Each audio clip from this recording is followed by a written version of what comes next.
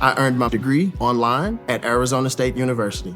I chose to get my degree at ASU because I knew that I'd get a quality education, they were recognized for excellence, and that I would be prepared for the workforce upon graduating. To be associated with ASU, both as a student and alum, it makes me extremely proud, and having experienced the program, I know now that I'm set up for success.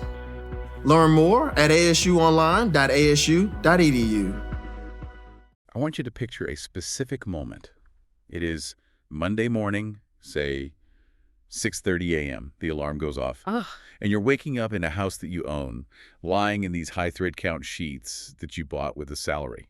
I mean, a salary your 20-year-old self wouldn't even believe you're making. You have the title. You have the respect. By every objective metric, you have won. That sounds like the dream scenario for like 99% of the population. Right. It should be. But instead of jumping out of bed, you feel this distinct, heavy sense of dread. Mm-hmm. And I don't mean the I stayed up too late kind of dread. It feels almost like a betrayal. But the weird part is, it feels like you are the one doing the betraying. That is a very specific, very heavy way to open. But you're hitting on something that the research we're looking at today identifies with surgical precision. It's a phenomenon that explains why high performance and high misery often go hand in hand. Even when on paper, everything looks perfect. Especially then. We are doing a deep dive today into a concept called the personal meaning penalty. And I have a feeling that for a lot of people listening, this is going to be one of those discussions where they suddenly realize, oh, there is actually a name for that feeling I've had for 5 years. Exactly. And having a name for it is the first step to fixing it. We're basing this deep dive on a really comprehensive stack of research on workplace psychology, retention, and really the neuroscience of purpose. And the core thesis here is a bit of a paradox. It is. You aren't burning out because you're working too hard. You're burning out because your work doesn't match who you are. Okay, so let's start with the definition, because penalty implies a cost. You're paying for something. What exactly is the personal meaning penalty? So the source material defines the personal meaning penalty, or PMP, as the specific psychological and even performance cost you pay when your work misaligns with your core values. And it's important to say, this isn't just having a bad job. Right. It's crucial to distinguish this. This isn't about low pay, a toxic manager, or, bad coffee in the break room. This is about a fundamental clash between your identity and your daily activity. The source is open with a really vivid case study that it illustrates this perfectly. It's about a senior marketing director at a Fortune 500 company. Right. Let's call her Sarah. And Sarah is an absolute rock star. She's optimizing consumption, she's driving sales, hitting every single KPI. Objectively excellent at her job. Her bosses love her. But privately, she's deeply, deeply concerned about the climate crisis. It's a core part of her value system. So every time she has a win at work, every time she successfully sells more stuff, she feels like she's actively making the problem she hates worse. Precisely. She told the researchers, and this is a quote, "I'm excellent at what I do, which somehow makes it worse." That is the essence of the PMP. Wow. If she were bad at her job, she'd fail, get fired, and the conflict would sort of resolve itself. She'd be forced to move on. But her competence traps her. She is paying an emotional and physical tax every single day she logs in. I think that's why this is so fascinating. We assume that if you're good at something, you should just keep doing it. That competence equals satisfaction.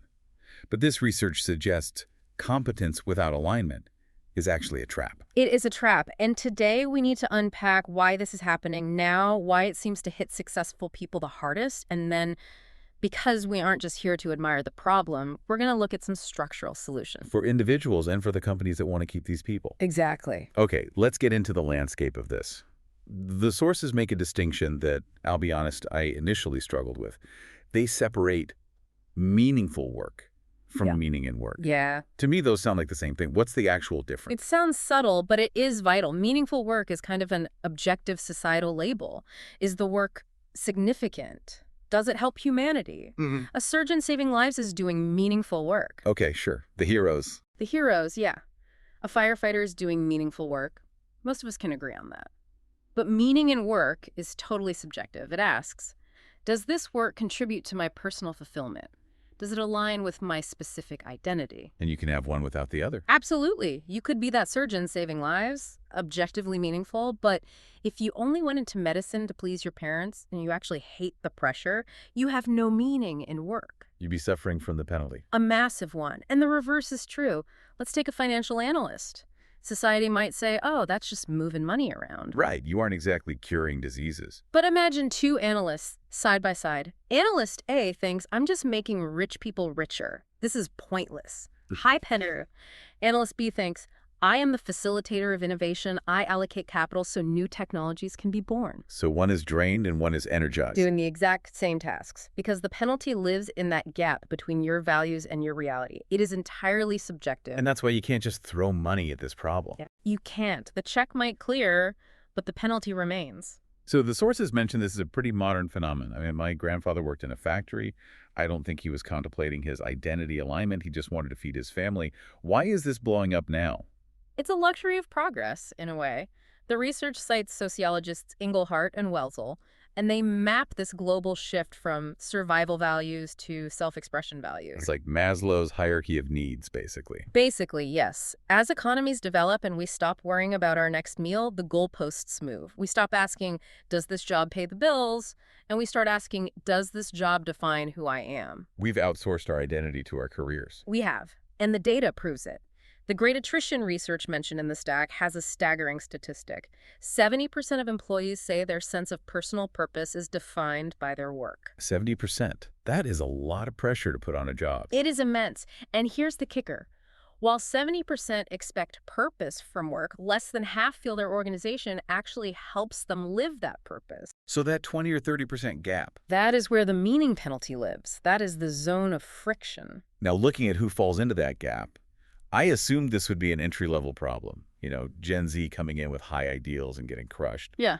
But the sources highlight a different group. It's almost the opposite. The most vulnerable groups are mid-career professionals, say 35 to 50, and specifically the high achievers. The people who have ostensibly made it, why them? There's a psychological pivot that happens. In your 20s, you're often operating on a script written by others.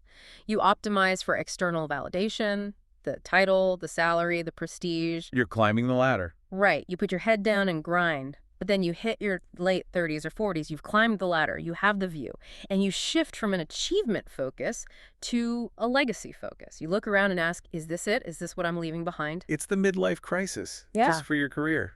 In a way, yes. And for knowledge workers, this is particularly acute because you can't fake knowledge work. If you're digging a ditch, you can be angry and misaligned, but you can still dig the ditch. But you can't write a brilliant strategy document if your brain is screaming, this is pointless.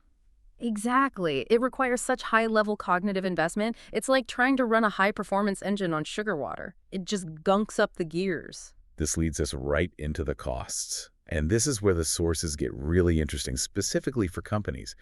There is a term here that I absolutely love. Strategic incompetence. It's a fascinating defense mechanism. When high-performing employees suffer from the meaning penalty, they rarely just quit.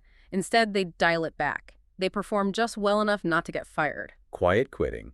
Before it was a hashtag. Yes, but for high performers, they withhold their discretionary effort. They stop offering that innovative idea in the meeting. They don't mentor the junior person. So the organization thinks everything is fine, the boxes are checked.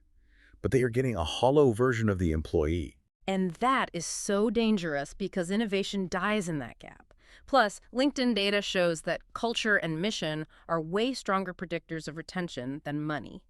Your best people, the ones with options, they leave. That's a recipe for a zombie company. But let's talk about the individual. The sources go into some pretty dark detail about the physical toll. This isn't just feeling blue. No, it's physiological. We're talking about cognitive dissonance on a massive scale. The brain hates contradiction. If you believe I am a good person who cares about X, but you spend 50 hours a week doing Y, your brain is in a constant state of low-grade stress. And that stress manifests in the body. Absolutely. The research on eudaimonic well-being, it's a Greek term for well-being from purpose. It shows it correlates with increased pro-inflammatory gene expression. So literally my job could be causing inflammation. It correlates with higher inflammation markers and cardiovascular risk. Your body knows you're misaligned even if your bank account looks great. And there's this concept of inefficacy burnout. I thought burnout was just working too many hours. That's a common misconception. Overwork is one type. But inefficacy burnout is the exhaustion that comes from trying to motivate yourself to do something that feels pointless.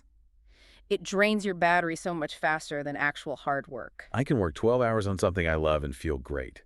4 hours on something I hate and I'm destroyed. That's it, exactly. And then there's identity fragmentation, being one person at home and a totally different actor at work. Eventually, the mask eats the face. Okay, that is sufficiently grim. We have established the personal meaning penalty is real, it's expensive, and it hurts physically. Let's pivot to the fix. Good idea. The sources offer some really robust frameworks here, and the first one puts the ball in the individual's court. Job crafting. This is a powerful concept from researchers Wierzynski and Dutton. The core idea is that a job description is just a starting point. It's an outline. Job crafting is when you proactively redesign what you do to better fit your values. But how realistic is that? I can't just tell my boss, hey, I don't do spreadsheets anymore, I only do vibes. No, you can't abandon your core duties. But you have more agency than you think.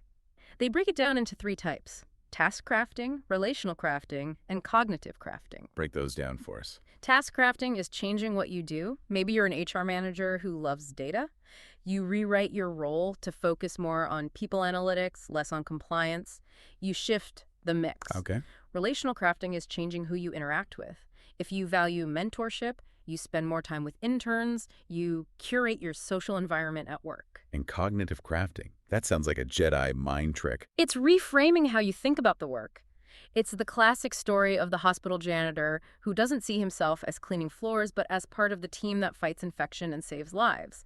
The task didn't change, but the meaning did. And some companies actually support this structurally. 3M and Google. Right. 3M is the classic case. They're 15% culture. Technical employees are expected to spend 15% of their time on whatever they want. They call it authorized bootlegging. And that's where Post-it notes came Yeah. from, right? Exactly. And Google's 20% time gave us Gmail. These companies institutionalize job crafting. They know if you give people space, the company benefits. But let's be honest. Sometimes the job is the job. You can't craft your way out of an audit, so the sources have another framework focused on impact visibility. This is huge. Often the meaning is there, but the worker is just cut off from it. The source tells a great story about KPMG, the accounting firm. Again, not a profession that screams deep spiritual fulfillment. Which makes it the perfect case study. They launched the Higher Purpose Initiative. They didn't change the work, changed the narrative. They asked employees to write stories about how their audits helped clients. And it wasn't just, I saved them 5% on tax, I'm guessing. No, it was profound stuff. My audit helped a hospital stay solvent so they could keep the ER open. I helped a family farm navigate the tax code so they didn't lose their land. They collected 40,000 of these stories. Suddenly, auditing was about building market trust. That's cognitive crafting at a company-wide level. Yes, and Medtronic does this even more viscerally. They make medical devices, pacemakers. Once a year, at their holiday party, they bring in patients. Patients who use the devices. Yes. Imagine you're an engineer who just looks at blueprints all day, and suddenly you are standing face-to-face with a father who gets to walk his daughter down the aisle because the pacemaker you designed kept his heart beating. Wow. You were shaking hands with the life you saved. That connection, it just eliminates the meaning penalty instantly. So the lesson is, if you're feeling that emptiness, go find the end user.